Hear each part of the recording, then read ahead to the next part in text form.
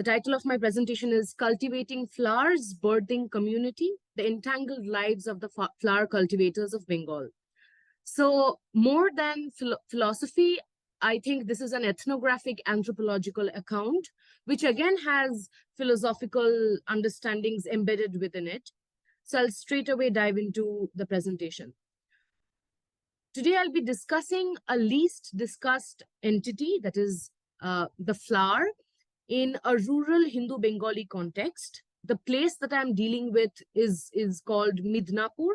It is an agricultural district in West Bengal, India, which is also famous for its flower cultivation. But firstly, one must ask, why the flower?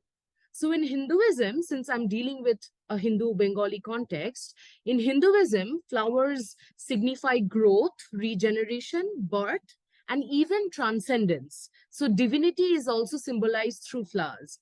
For example, Lord Vishnu, who is the Lord of the universe in Hinduism, he is seated on a lotus flower, and also from his navel grows a flower that holds the universe. In also very complex understandings of yoga, the various chakras are basically vortexes of energy. There are 7 chakras in the human body. So all of these chakras in the human body are illustrated as flowers. Flowers also have very important symbolic bearings on domesticity, natality, and also simply on understandings of female reproductive organs. So in the Hindu universe, as is elsewhere, I also understand that flowers in Western contexts also have very primordial understandings associated with birth, regeneration, lineage, etc. But in Hinduism, the peculiar factor is that it signifies both birth as well as transcendence. So in this presentation, what I'm trying to do is basically drawing upon the imagination of fertility. In Bengali, it is called urborota. To explicate, to understand the flower as an implicit fruit in becoming. So the flower, according to me, is the first fruit. So it contains the first seed. So by deploying floral metaphors, I show how labor in the field. So these farmers have a very typical method of doing hard work in the field. So I want to show how labor in the field, in the farmland, translates as labor in the home, both pregnant with the seed of perpetuation, sustenance, and continuity amongst the Midnapuri agricultural community.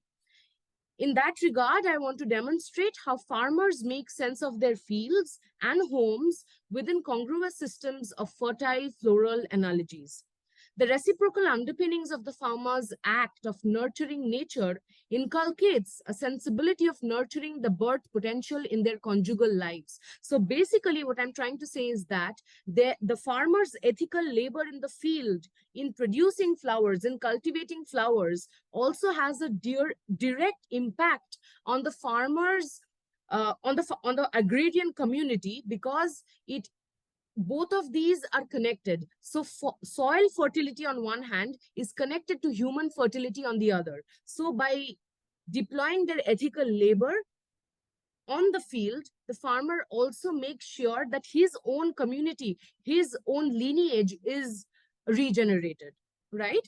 So as a result, I draw upon the notions of kingship relations that are established at 2 levels, between human and nature, and also among humans, through the generative metaphors of the blooming flower. Borrowing from Sanford, I argue for a relational mode of doing flower cultivation in Midnapur that helps in conjuring up an imaginative space to explore the pluralities of human-earth relationships and the conditions of such interactions. But one might ask, how is the community's growth related to agricultural fertility? So basically, these farmers argue that their kormo, which is work, their ethical labor is moral duty, and their moral duty is work. So in saying this, what they basically do is they envision a commitment to responsible action towards humans and land. So the field, the farmland, as a site of moral labor, metaphorically continues to the social domain through rituals and religious practices, which not only borrow from the parlance of flower cultivation, but also enable a creative imagination of the sustenance of the community at large. So we also see how the women, as in the wives of these farmers, also participate in this regeneration process of the soil and the community. So the ritual structures of the women belonging to this agrarian community, they are no longer separate. They carry an expressive realm, a very important domain of social action, which is the religious domain, the ritualistic domain, which defines the perpetuation of the agricultural community at large. So this collective nurturing of the community, therefore, happens at the home as well as the farm field. So basically, through the exposition of religious practices, I want to show how metaphoric language itself becomes a device to bridge the gap between the human and the flower. Because as Parajoli writes, narratives themselves become plans for land use that are ecologically tenable and morally justified. So not only this, but also the intertwinement between the environmentally attuned narrative on one hand and practice on the other enables for the realization of a biotic community that assumes human participation and includes both human and non-human organisms. However, this notion of an entangled community does not point to a pristine wilderness. It is not untainted by human activity, but it involves a collective community. It invokes an ecological cosmovision that integrates humans, non-humans, divinity, rituals, fertility, narratives, and it sort of envisages a community space as a continuation of the very human-centric household and the farmland. So what I'm basically trying to propose is that the ethical labor is not only within the farmland, it is about the community. So when the farmer works very hard to make the flowers grow, he is in fact also wanting, and it has a direct implication on the regeneration of his own community, of his own lineage. So I argue that the religious thrusts around flower agriculture in Midnapur, in India, concerns both harvest on the soil and generational growth as a community. Therefore, the farmer interacts with earth not only because of an economic dependence, but also because strong analogical underpinnings inhere in the field that sustains and co-builds his lineage and community. So why do I say that the growth of the flower is connected to the growth of the community? That is because in the Hindu imagination of the field is actually in the Hindu world. The knower of the field is known as the Kshetragya. So they both emerge as a co-constitutive element as a result of metaphoric connections in human-earth relationships. So there are similar notions where the male bij is the seed. So the male seed denoting semen and the female yoni, literally meaning womb, they come together and arrive as a complementary pair to birth new generations and perpetuate the community. Thus, invoking the ethical strive for fertility in Midnapur, often spoken as the fruition of ethical labor, through this, I try to demonstrate how the field and the household are tied in a survival imperative with understandings of religion. So literally, the seed coming, interacting with the soil, leading to the growth of the flower, has direct metaphorical underpinnings of the male and the female union, and which again results in the regeneration of the community. So here, metaphor becomes an important device to demonstrate how the farmer-flower relation is replicated in the male-female conjugality through religious narratives and practices involving the flower. In this matrix, the field waiting to be impregnated meets the sacred seed that the farmer carefully sows, while women observe rituals, sacrifice the fruits of harvest at the altar of the village deity. So in Midnapur, when I traveled to the villages in Midnapur, I saw that these villages are basically located along a river that is also prone to floods. So a lot of times, these farmers express discontent because the soil is so soft and so full of water that it is not ready for cultivation.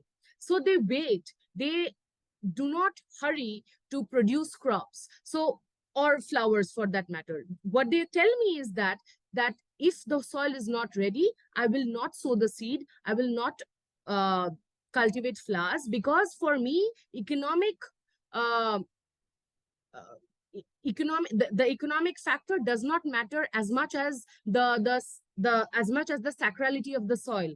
So basically what we see is that the farmer has an ethical consciousness the about the environment, about the field on which he works. Also, there are other instances of many bees in the field. So sometimes these bees cause harm to the flowers. They eat away portions of the flowers, or but they are very important agents in cross pollination. So they help in the grow in the regeneration of the flowers, because they take pollens from one flower to the other, and this leads to the reproduction of flowers. Now, for this reason, the farmers do not take the active human subject position, and they do not uh, make sure that pesticides have to use to make the bees go away from the field. In fact, they tell me that the bees should be there because these are natural elements. So this distance from the field, where the farmer literally says that I am not in control of the field, I am an agent in the field, just like the river, just like the bee, just like the soil. So he knows where he should distance himself and where he should introduce himself for the proper growth of the field, as well as for his own community. So this ethical understanding, this consciousness, this ecological cosmovision is what I'm really trying to hint at, where the human subject is no longer the sole subject in the field. There are many other subject positions which are equally assumed by humans and non-humans alike. So basically, this narrativization of the field, the way they speak about the field, it also has a very typical way of understanding the field as as humans. A lot of times we say that the soil is alive, the soil is dead. So these farmers would also suggest the same. And I do not really read this as a simplistic personification of elements. Rather, what they do is that that there is this rhetoric of conscious inaction, where they say that we are ecologically informed people, and therefore we know that humans have this much agency over the land, and there are other actors who also have agency equally, if not more.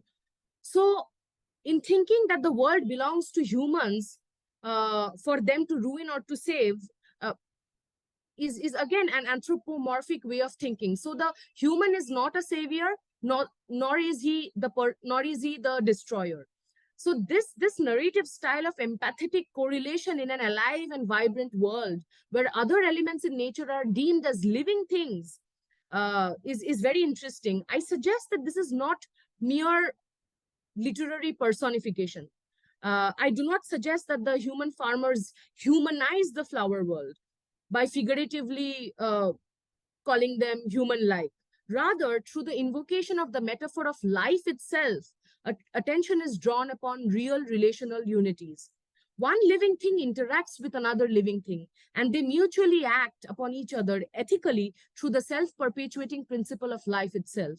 Therefore, the deployed metaphor does not reveal that the flower is like a human, but rather it says that the flower and the human both are alive. So it speaks about life in such a way that life itself becomes ultimate. In the person who was presenting before me, he was talking about intentionality. So I think it is very important to understand that consciousness itself is to be alive.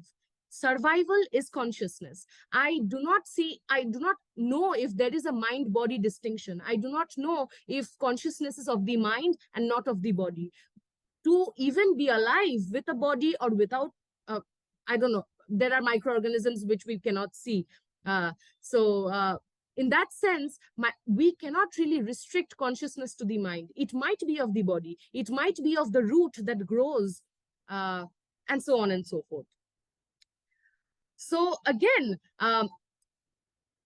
this is the final section of my presentation. So again, we see how the women of these agrarian community, they also contribute actively to the ethos of the of regeneration and births. So basically, they observe rituals and they engage in religious practices. And the most interesting part is that they always offer the first harvest to the village deity. So basically what they're doing is they are saying that I am sacrificing a part of myself. Sacrifice is always thought of in terms of substitution. I am sacrificing something that belongs to me, but I'm not sacrificing myself. Instead, I'm sacrificing a vegetable or an animal, etc. But in this case, in this village, the ethos is different. They suggest that I am sacrificing my flower kin, my first harvest, to the village deity, so that, and through that act of sacrifice, he or she is reminded of the ethical labor,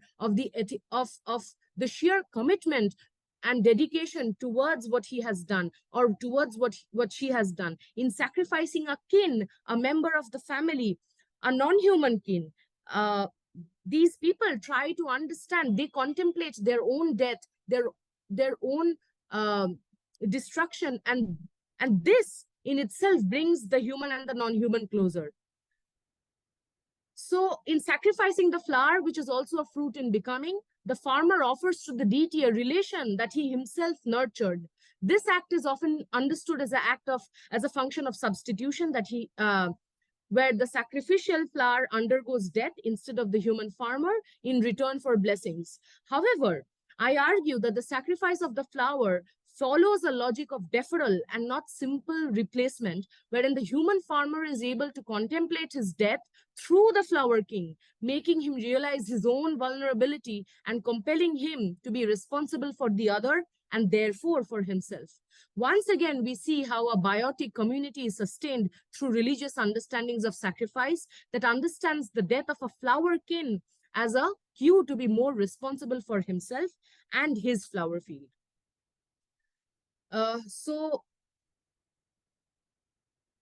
So in this presentation, what I try to do is that I try to bring together how the fertility of the soil is directly connected to the fertility of the man-human relationship through floral metaphors of urborota. Urborota is, again, the generative potential of the flower. The flower and the human are not only kins, are not only family members, but they also mutually inform each other's understanding of what it means to be alive and to generate life. Therefore, any action in the field has direct implications on the generation of human life.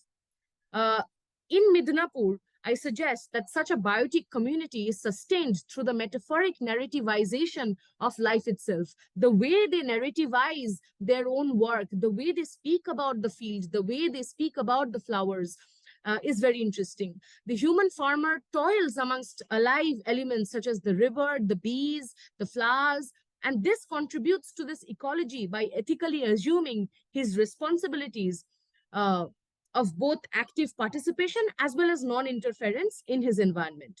This biotic community emerges as a network of relationships amongst various subject positions across humans and non-humans that dwell together. In a web of relations, the human farmer arrives at this role ethically. Therefore, I suggest that the physical labor of the farmer is ritualized in the expression of sacrificing the fruits of his labor, that is the flower, to the village goddess. Herein, women's rituals become an important foundation on which the articulation of life is thoroughly rehearsed, such that religion itself addresses community, birth, and ethical responsibility within a human-non-human collective. In this metaphorical universe of the seed and the earth, the apparently separate domains of nature and culture are united. Thank you.